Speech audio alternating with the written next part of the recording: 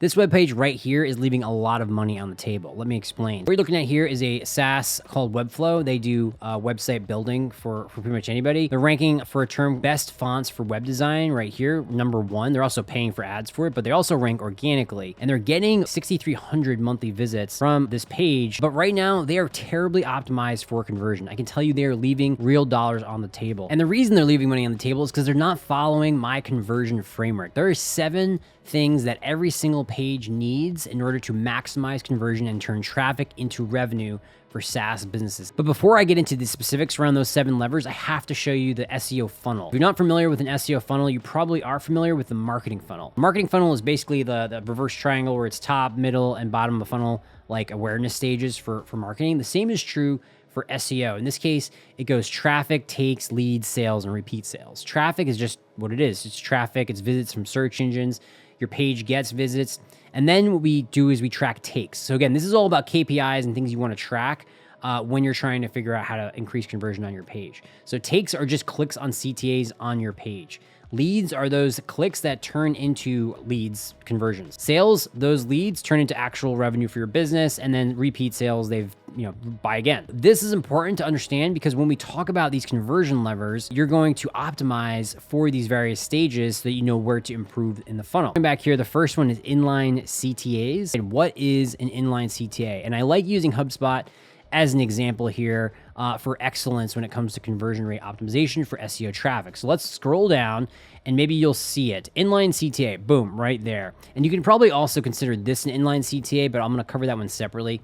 An inline CTA is specifically a very prominent box, usually different colored than the background of the page. In this case, they went with a light orange with a button and then some benefits and some learn more. So they have a lot of things going on in this conversion element, but if I click it, you can see that it triggers a flow. So now if I were to fill out this flow, it would have captured my information. I would become a lead. If I go back to the funnel, the traffic would have just been a visit from the search engine. A take, as soon as I clicked the button to initiate this, that would have been a take. If I fill out this form, that's a lead. So you can see how the funnel is starting to fill up, and then you can track by layer, and then you can optimize. So if you want to increase takes on a page, you can measure for that. So anyway, I want to get into that too much here, but that's an inline CTA. If you scroll, you can see that they have that multiple times. There it is again, same one. There it is again, same one. Now, a key important distinction here too is that not only are these inline CTAs, but they're also contextually relevant to the page's content. In this case, the article is targeting email analytics. That's the target keyword. If I were to Google this, they rank #1 for this term, email analytics. Scrolling down, boom, there they are.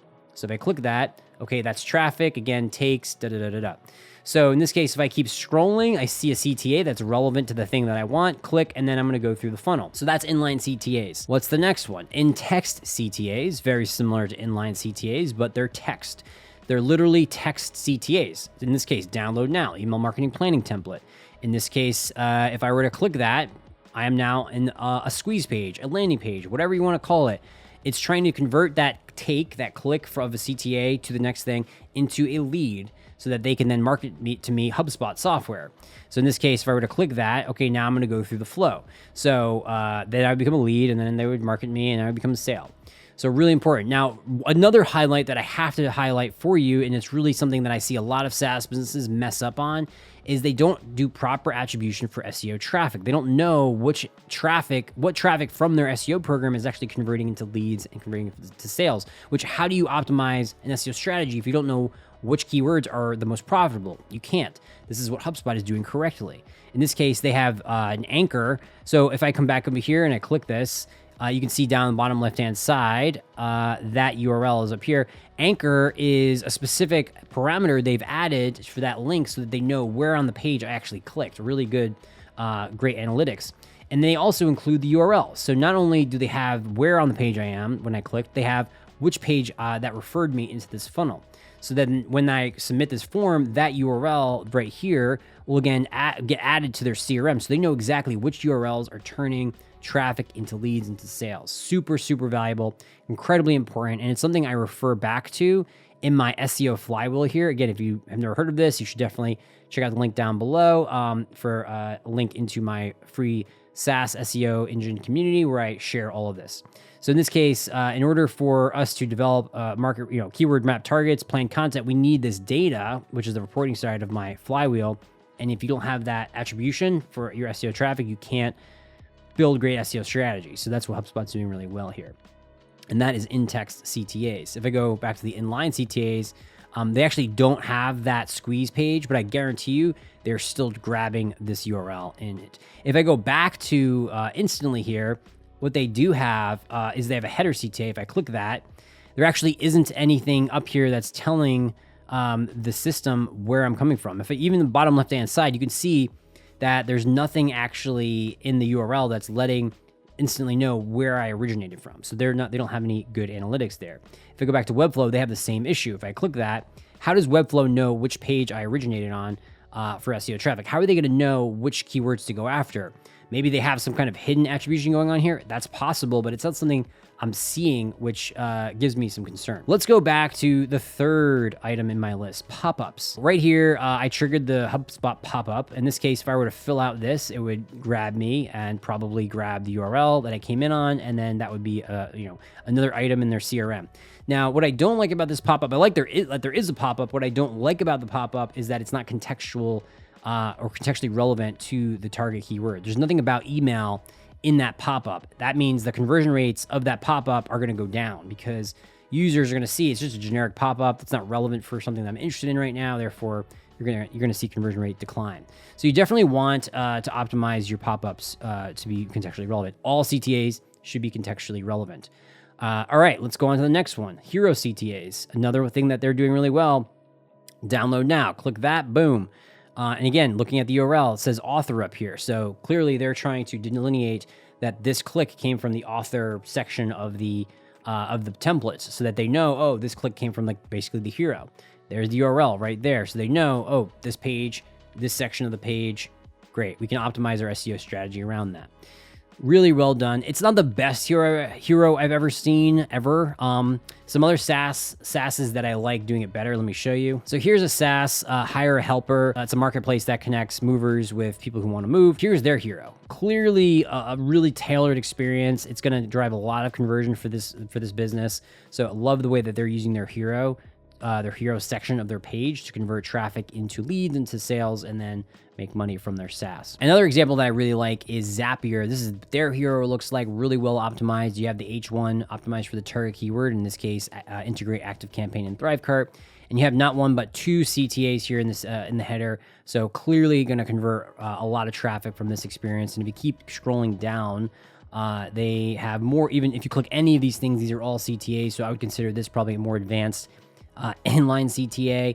And if you keep scrolling, again, another inline CTA. So they do a really good job with conversion. Probably, I don't see any pop-up here, so they could do a bit better on that front, but overall, really good job. Let's move on to Sidebar CTAs. So let's go back to HubSpot to show this. So HubSpot doesn't actually have a sidebar, but they are using that space for a CTA. And if we were to click that, you can see that conversion experience will work like that. So again, if I were to finish that conversion experience, they would grab my email, know where I came from, and make their, have that data to inform their SEO strategy. Looking at Webflow, they use the sidebar on the left-hand side, totally fine. Left or right, doesn't really matter. I will say, though, that the sidebar is not a great place to expect a lot of conversions. You're going to get one or two, especially if you have a lot of traffic, but it's not a generally well-trafficked area of your template. So what I would recommend is if you want to really drive the most conversions, focus on the inline CTAs. All right, the next one up here, pre-footer CTAs. So this one's fairly intuitive, fairly straightforward. If I scroll down to the bottom of the page, you can see that they have a pre-footer CTA right here. It's the last thing on the page that a user would see. If I click it, you can see that it sends me to the same landing page, same squeeze page. It's got an updated parameter here that says bottom, so HubSpot knows that I'm coming from the bottom of their page. Really great example. And then, of course, the URL is still there. If we go to Webflow, scrolling down, they actually don't have a pre-footer CTA in the actual content, but they do have one here, which is site-wide, which I do like, though it's not contextually relevant for the page, so they're not going to get a ton of conversions off this. Going to another one, say Hire a Helper. Let's see if they have a pre-footer. They do. Book local movers today, CTA, clearly trying to convert more traffic here. Zapier, we just looked at them. They have a pre-footer CTA, so very much would encourage all SaaS businesses to have a pre-footer CTA, just like that. Header CTA, this is pretty common. You'll pretty much see every single SaaS has a sign-up button in the header.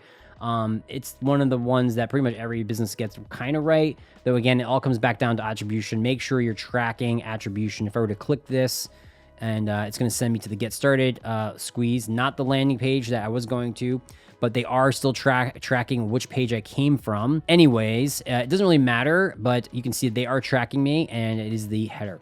HubSpot, Webflow, they have one up here. Pretty much every single SaaS I see has a CTA in the header, though again, it all comes back down to, are you tracking the attribution? And one way that HubSpot could make this better is if they knew, okay, I'm on an email page, they should send this to this page potentially. Obviously, the words they have in this button are start free or get a demo, so that it does have certain intent behind it. Maybe it indicates that a user is a bit further along in their journey. They don't really care about the email stuff anymore. They actually do want to use HubSpot, so it does make a lot of sense that they would send me to a page like this. One quick thing on contextual relevance, again, that I see that sites like Webflow get wrong. If I were to click this, again, not contextually relevant. I would have loved to see this CTA be about font web design, some kind of guide or something. I would have loved to see an inline CTA that would have been similar to HubSpot, where it's like, learn how to select the best fonts for Webflow websites or something like that, where it's like clearly connected to the main intent of the page and it gives a user a next step in their journey. I don't see that at all going on here.